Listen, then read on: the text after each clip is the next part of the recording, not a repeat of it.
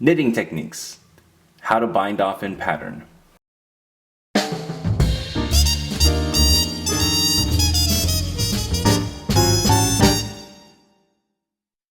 To download a guide with our 5 favorite tips to improve your knitting right now, visit newstitchaday.com/5knittips.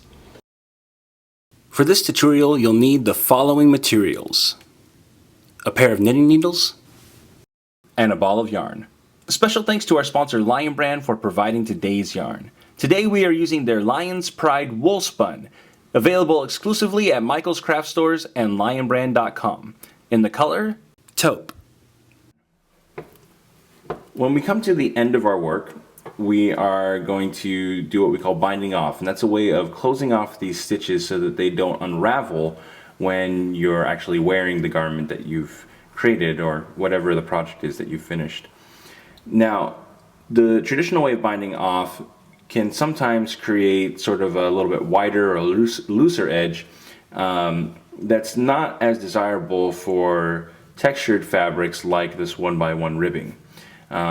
So there's a way to bind off actually in the pattern, which will give you a cleaner looking edge, and it will provide a little bit of the stretch that you need in a fabric like this, with still giving it some structure. And the great thing about binding off in pattern is that it's not just limited to things like 1x1 rib. You can actually bind off in pattern for any pattern that you're working.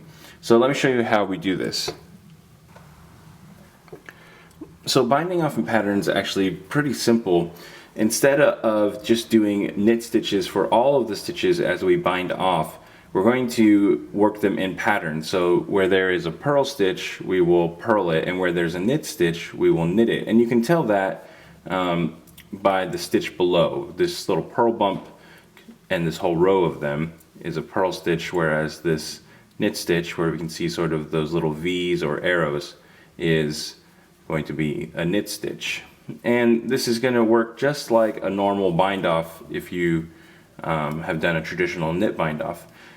In this case, I've got a selvage edge, which would be a purl stitch, so we're going to start with the purl stitch, but you'll want to read your fabric so that you know what it is that you're doing. And this bind off again will work for any pattern that you're working that's not lace. Lace, you might not be able to do exactly the pattern that is in the fabric. Alright, so we're going to purl this first stitch. Alright, and now what I'm going to do is I'm going to knit the next stitch. And then I'm just going to pass the first stitch over the second stitch. Now, on the next stitch, I'm going to purl the stitch, and then we'll pass the first stitch over the second stitch.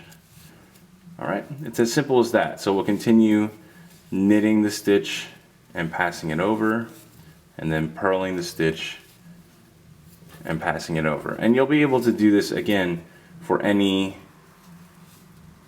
combination of stitches. So if you had a 2x2 rib or a 1x3 rib, you can do the same exact thing. This is just going to make the bind off edge a little bit nicer. So that's how we bind off in pattern. Hey, I'm Johnny Vasquez, founder of New Stitch a Day and your teacher for this tutorial. I want to thank you so much for taking the time to learn from us. If you'd like to see more videos just like this, we produce new content every single day, hence New Stitch a Day. You can click the subscribe button so that you don't miss a single stitch. And if you click one of the links to the side here, you can see the previous stitch in our series or the next stitch in our series. And if you click this link, you'll be able to see one of my favorites. And don't forget, you can also download a PDF with the written instructions for this tutorial by clicking or using the URL link that's on the screen. Again, I want to thank you so much for learning with us, and I hope that we've helped make your knitting and crochet skills a little bit better today. Yarn on!